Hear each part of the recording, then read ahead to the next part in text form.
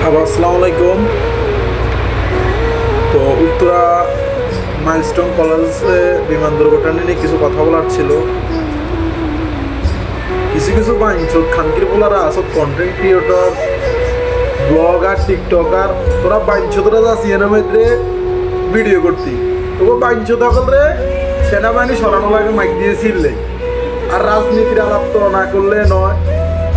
Awami League, BNP, জামাত বুঝি না, কিছু কিছু নেতা আছে ইয়ে যায় এমনিতে এক্সাম ইয়ের মধ্যে এতারা যায় হাত উড়ে উড়ে আসেন, এতারা ইয়ে ভোট চাইতে আইস, এতারা ইয়ের মধ্যে যাই এতারা ভোট চাইলা আসেন, রাস্তা এতারা জ্যাম করে, ঠিক আছে নি? ইয়েন দিয়ে হাজার হাজার পোলাপেন মারা যাইতেছে, আগুনে মনে করা যায় তারা ঝলসে গেছে, ঠিক আছে নি? হেতাকে এই খবর নেই, হেতারা গেছে রাস্তা জ্যাম করার জন্য।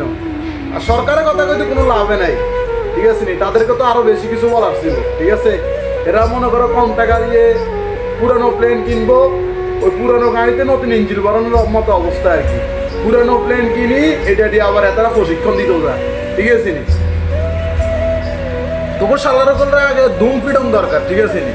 তোর আগে ফ্রিডি আগে তোর সোজা করানো দরকার।